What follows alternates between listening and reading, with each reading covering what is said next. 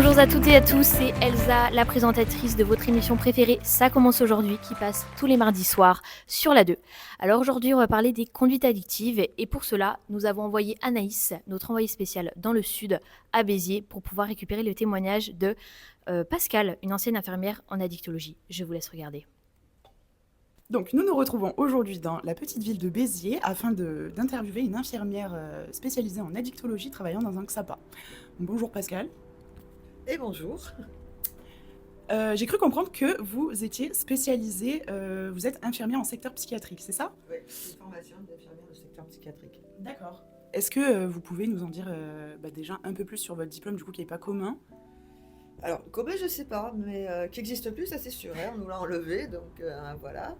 Et c'était 3 ans d'études avec 1 an de tronc commun avec les diplômés d'État, et après 2 ans de formation en psychiatrie, sans faire omission sur la cardio, la pneumo, la dermato, enfin l'obstétrique et tout ça, quoi. D'accord. Voilà. Est-ce que vous pouvez nous en dire plus du coup concernant la formation en addicto que vous avez reçue? Parce que vous me disiez en off que vous avez un diplôme universitaire, c'est ça? C'est ça, j'ai fait un diplôme universitaire à la faculté de médecine de Montpellier sur 1 an avec des stages et puis voilà, un mémoire à la fin.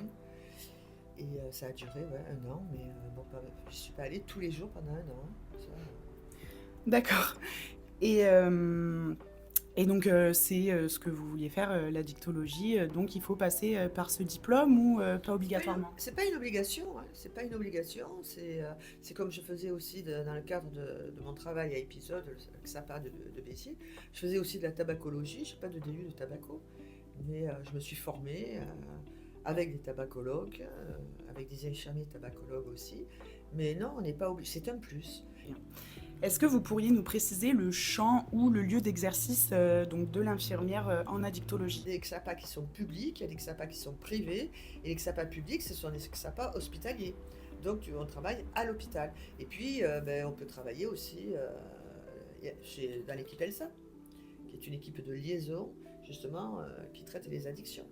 D'accord. On peut travailler aussi dans des carunes, D'accord. aussi. Au niveau de votre rôle infirmier, donc il y a des spécificités et des activités qui sont spécifiques. Donc, est-ce que vous pourriez m'en dire un peu plus? Alors, pour en dire un peu plus, c'est un peu aussi les raisons pour lesquelles je suis partie de l'hôpital, c'est parce qu'à Épisode, entre guillemets, tout était possible. Donc j'avais un champ d'action qui était extrêmement large, c'est-à-dire que je pouvais faire aussi bien des accueils, de l'accueil, de l'animation, des entretiens individuels ou pas, des prises en charge individuelles ou pas, mais j'animais aussi des groupes de parole, je faisais des ateliers de randonnée, je faisais des ateliers sur les cigarettes électroniques, je travaillais en réseau avec les partenaires extérieurs. Je m'occupais particulièrement des femmes enceintes toxicomanes à l'époque sur le Languedoc-Roussillon. Et puis, je m'étais formée aussi au FibroScan, qui est une machine qui va mesurer la fibrose du foie dans le cadre des prises en charge des hépatites C ou B, avec un hépatologue. Le champ était extrêmement large, et c'était ce qui était intéressant justement, parce qu'à l'hôpital, c'est un peu plus restreint, quoi. D'accord. Et au niveau des compétences et des qualités de l'infirmière en addictologie, on en discutait un petit peu auparavant. Vous me disiez que bon, il y avait tout ce qui était empathie qui est propre à chaque infirmière, peu importe le service. Mais en addictologie, il y a des spécificités au niveau des qualités et des compétences à avoir en plus, j'imagine, ou un peu plus exacerbées.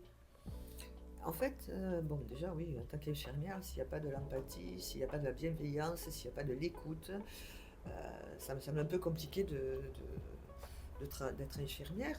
Alors après, l'infirmière dans un XAPA, c'est un peu compliqué parce que c'est un peu un fourre-tout. Enfin, moi, je sais que quand je travaillais donc à Épisode, je faisais de l'accueil, je pouvais faire des prises de rendez-vous.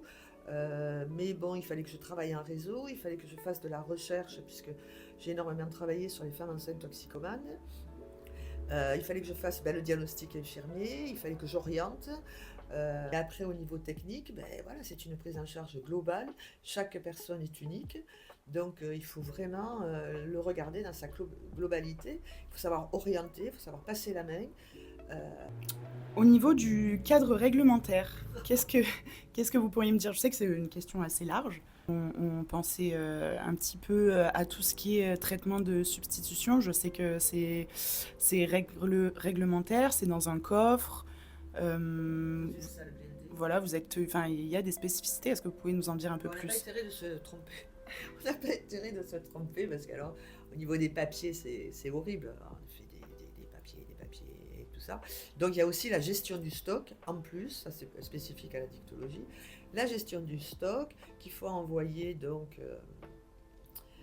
dans des organismes responsables, puisqu'on est quand même, l'épisode était une association de la loi 1901, donc il fallait qu'il y ait une gestion de stock très très pointue, puisqu'il ne fallait pas qu'il y ait des vols entre guillemets ou des choses comme ça, quoi.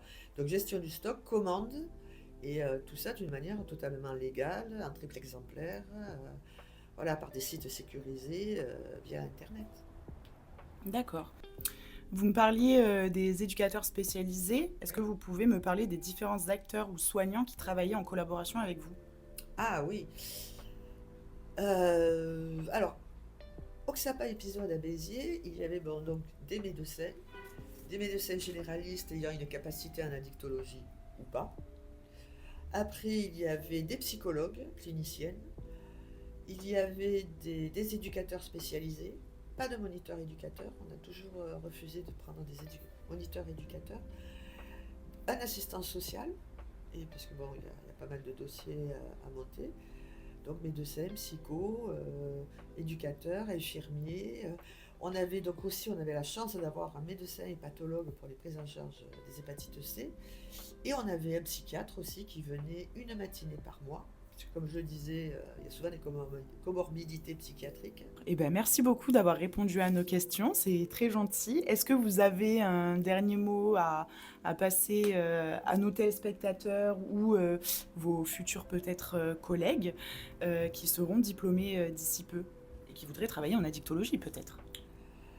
Donc moi je pense quand même que, et j'ai appris il n'y a pas longtemps que j'avais un DU de psychiatrie, je pense que quand même une formation en psychiatrie ça aide énormément à comprendre, à la prise en charge. Je pense, après le DU d'addictologie aussi. Après, c'est un choix de travail.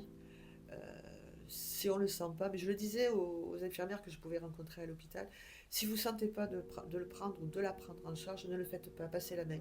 Osez dire, ben non, moi je peux pas faire ça, je peux pas m'occuper d'elle, je peux pas m'occuper de lui, toxico, voilà. Merci beaucoup Anaïs et Pascal pour ce témoignage. Et on se retrouve sur notre plateau avec d'autres invités qui sont aussi infirmières en addictologie. Bonjour Marie-Eugénie, bonjour Serdane et bonjour Solène. Bonjour. J'espère que vous allez bien.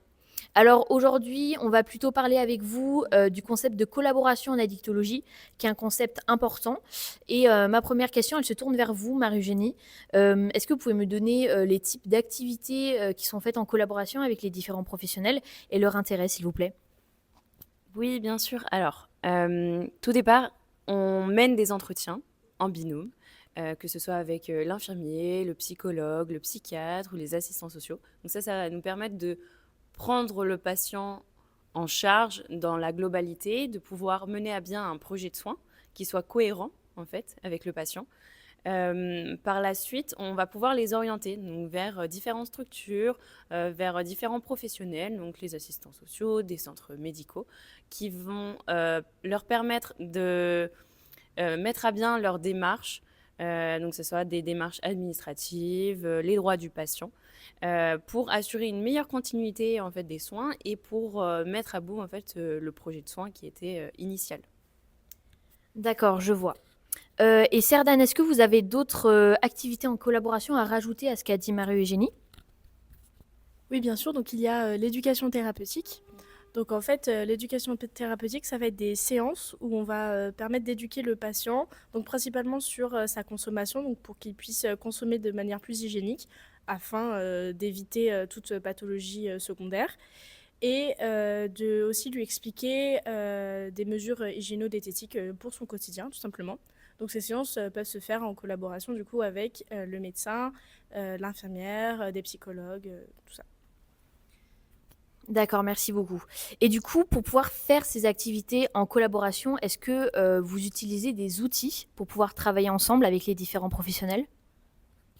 Oui, donc il y en a plusieurs, mais il y en a 4 principaux. Donc le premier, ça va être une plateforme qui va permettre de discuter pour les professionnels plus facilement. Ensuite, il va y avoir le fait que le dossier du patient va être numérisé pour que justement tous les professionnels aient accès à son dossier. Ensuite, il va y avoir des réunions pluridisciplinaires, donc des staffs, où tous les professionnels vont pouvoir se réunir afin de discuter du patient et développer son projet de soins plus facilement. Et enfin, il va y avoir des flyers qu'on peut distribuer aux patients. Et en fait, ça va permettre de l'orienter vers d'autres ressources et d'autres associations. D'accord, merci beaucoup. Et du coup, je me tourne vers vous, Solène, puisque ce que nous a décrit Marie-Eugénie et Serdan au niveau de la collaboration, c'est plutôt une description qui paraît idéale, voire parfaite. Est-ce que il y a des limites parfois à cette collaboration entre différents professionnels? Alors oui, parfois il peut y avoir un manque de communication et de coordination entre les équipes. Il peut aussi avoir parfois une insuffisance de matériel ou de personnel, ce qui peut vraiment engendrer des difficultés sur la prise en charge du patient. Les priorités entre chaque professionnel de santé et les pratiques, des fois, ne sont pas les mêmes. Donc, des fois, ça peut engendrer un ralentissement dans la prise de décision. Et il peut avoir un manque de disponibilité quand il y a une forte demande. D'accord, merci. Donc maintenant, notre émission touche à sa fin. Je voulais remercier nos invités d'avoir répondu à nos invitations et d'être venus sur le plateau pour parler de la dictologie. Et du coup, on se retrouve la semaine prochaine à 18h30, comme d'habitude, le mardi soir sur la 2. C'était Ça commence aujourd'hui. Au revoir!